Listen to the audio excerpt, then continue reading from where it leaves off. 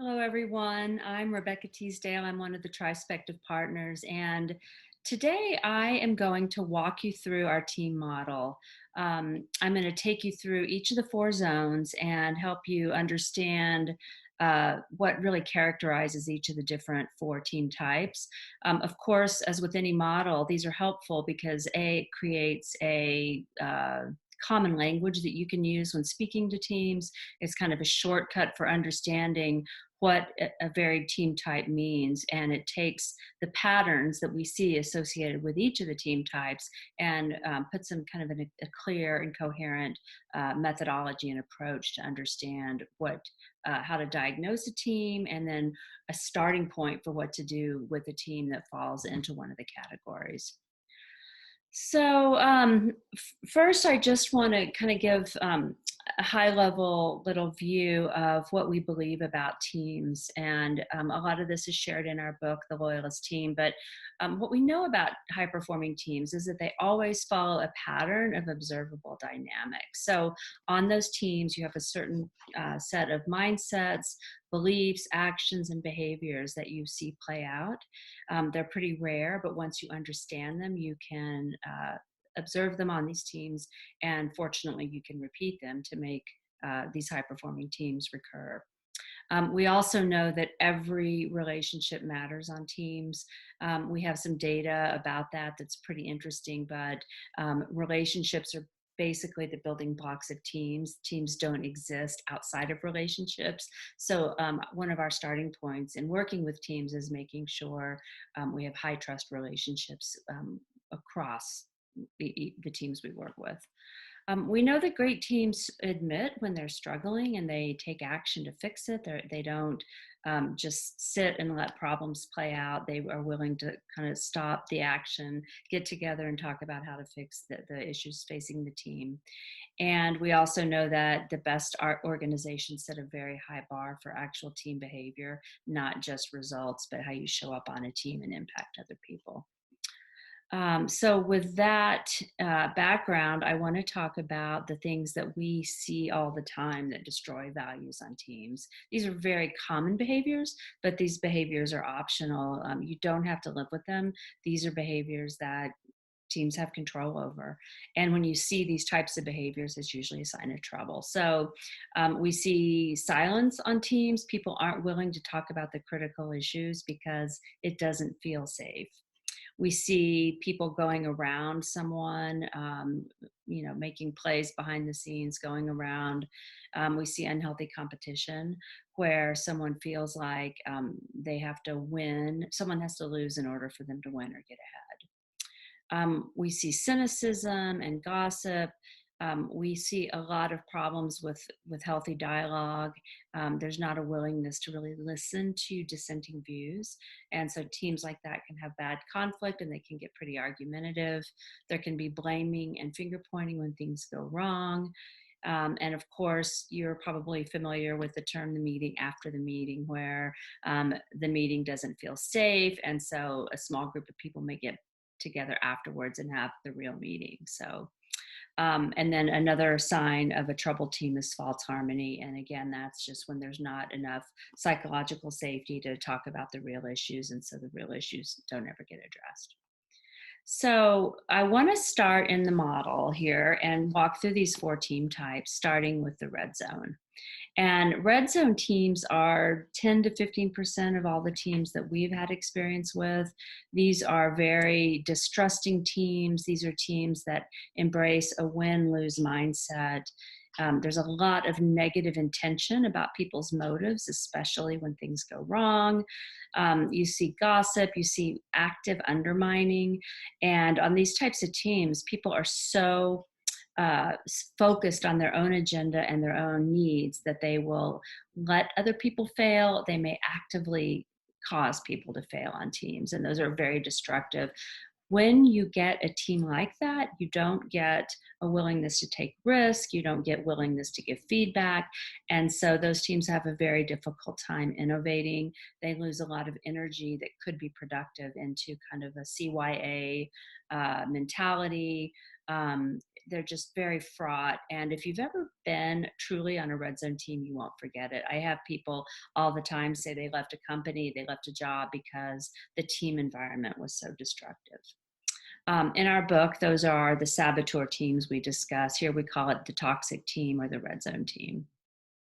I will share one example. I think the worst case we ever saw of a red zone team was a CEO of a large international financial services company who had a horrible relationship with his executive team, and a faction on that team actually went to the board, went around him, caused you know, really truly set him up for failure, and he ended up having to resign.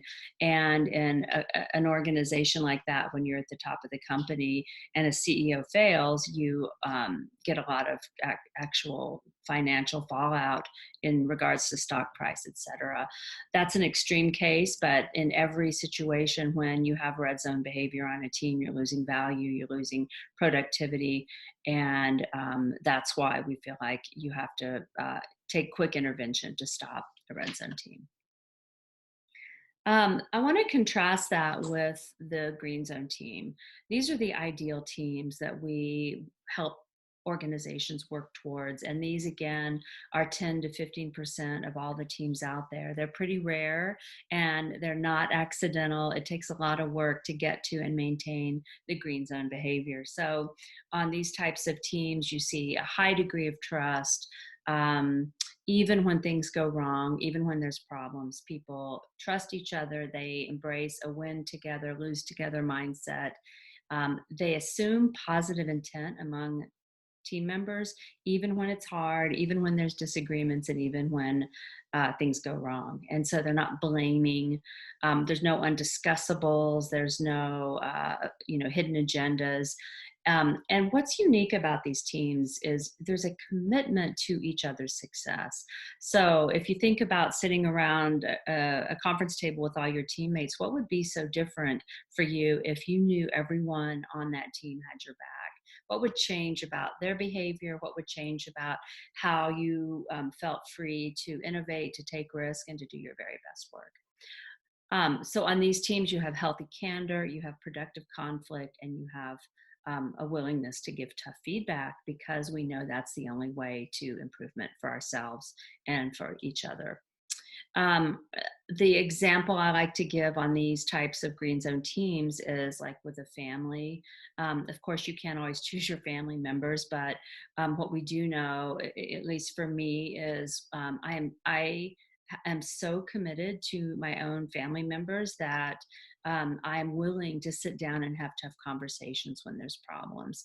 I know it's going to be uncomfortable. I know there might be tears or slamming doors, but I will confront people and try to give feedback that I believe needs to be heard, because I'm really committed. I don't hide. I don't, stay silent.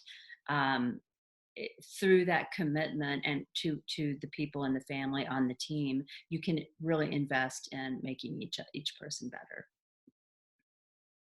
The Orange Zone team is also pretty interesting for different reasons. This is the siloed teams that many people can relate to. It's a large portion of the teams we see. It's 30 to 35% of the teams out there. And these teams are boring because there's very little interaction in any sort of meaningful way between people.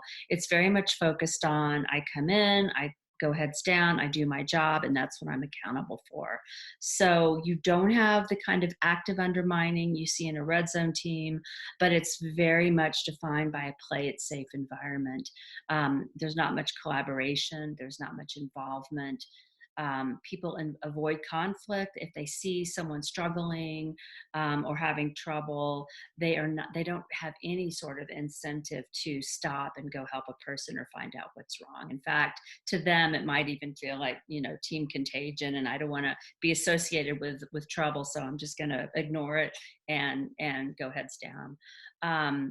So self-protection and survival is a kind of a hallmark of one of these teams. They're problematic because until you are willing to break down your silos and really solve problems that run across functions across team members, you don't get a lot of value, and you certainly miss out on the important learning that can bring a tremendous amount of value to teams. So again, they're pretty boring. They are just a very play it safe, I'm going to come in, do my job, and go home sort of environment. The fourth team type is the yellow zone team. And I think these, for me, in working with clients, are one of the hardest team types to work with because they're generally pretty comfortable and they don't feel dysfunctional. They're not bad. And so it can be hard to find motivation to put in the work it takes to get to the green zone. So, yellow zone teams, you have pockets of trust, you have people with good relationships who tend to work well together, people want to contribute. They may struggle when things go wrong, but they will meet out each other halfway, and they will have selective candor and feedback depending on the relationship within that team.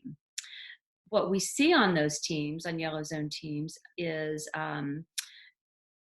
kind of people like each other so much, and there's so much harmony on the teams that people are really nervous and afraid to engage in the tough conversations. And it really does take the tough conversation to get from the yellow zone over to the green zone.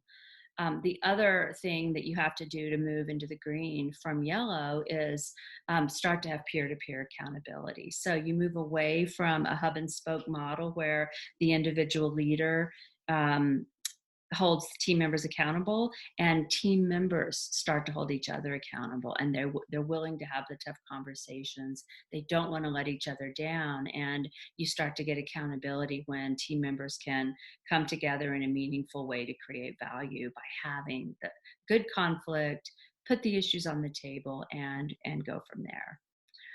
So again, yellow zone teams, 30 to 35% of the teams out there, and and the work we do, we will diagnose a team in one of these four buckets, and that gives us a starting point of where a team needs to start in order to make progress. I did want to, before we wrap up here, point out a data point that we have found in our research, and that is that the difference between toxic and unstoppable teams is 70% attributable to relationships on the team. In other words, you have to make sure that the starting point for a great team is to work at the relationship level to make sure every person on a team has a true green zone team relationship where between any two people you have a high degree of trust, you have good candor and feedback, you have a willingness and a commitment to help each other succeed. And you can do all the other work around a team, but if you're not addressing each individual relationship on the team, it's going to be very unlikely, if not impossible, that you're going to get to green zone team. Okay, so I just wanted to wrap up with this list of, I don't know, the payback for doing the hard work of developing a green zone team. I think it can be really hard to quantify the value and the reasons for investing in team development, but I think this list for us really captures the various benefits of becoming a green zone team. So first, you get more personal accountability and results because people are working hard to not let each other down. Everyone's very committed to the team and they want to do their best for each other. You get faster and better decision making because you have people who are willing to come together to weigh in, to share ideas in a very candid way that's very efficient, and you don't have decision making become part of kind of a political agenda. You have teams that can actually learn from mistakes as well as successes because mistakes aren't used against us in a way that they might be on a red zone team. Team members themselves get better because we're constantly getting and receiving feedback from our peers. So we're learning ways to be more effective with each other. We're learning ways that we can do our jobs better. very importantly, the right issues are getting raised and addressed. I like to tell managers and leaders that I coach that your job as a leader is to make sure the toughest issues get raised as quickly as possible. So, in this environment, there's not that fear and that concern about taking a risk to say bad news to power or to share something that might be problematic. People are committed to the common goals. You get a much quicker adjustment for people in terms of improvement, as well as the company or the team, for all the reasons I've said. Individuals have higher levels of engagement and satisfaction on these teams. The engagement data shows that we want to be a part of high performing teams and surrounded by high performing individuals. So it's what I would say kind of an easier solution to the engagement conundrum that faces so many organizations. And at the end of the day, everyone on the team does their best work in these environments. When a team leader and a team can create an environment where everyone shows up every day and does their best work, you're getting more discretionary effort. And that's kind of the gold standard in regards to what we believe a team should provide. So that is it for today. I want to thank you for listening. And if you have questions about how to diagnose your team using one of our assessments or just questions in general, you can find us at trispectivegroup.com. Come check us out or give us a call, and we'll be happy to help. Thanks.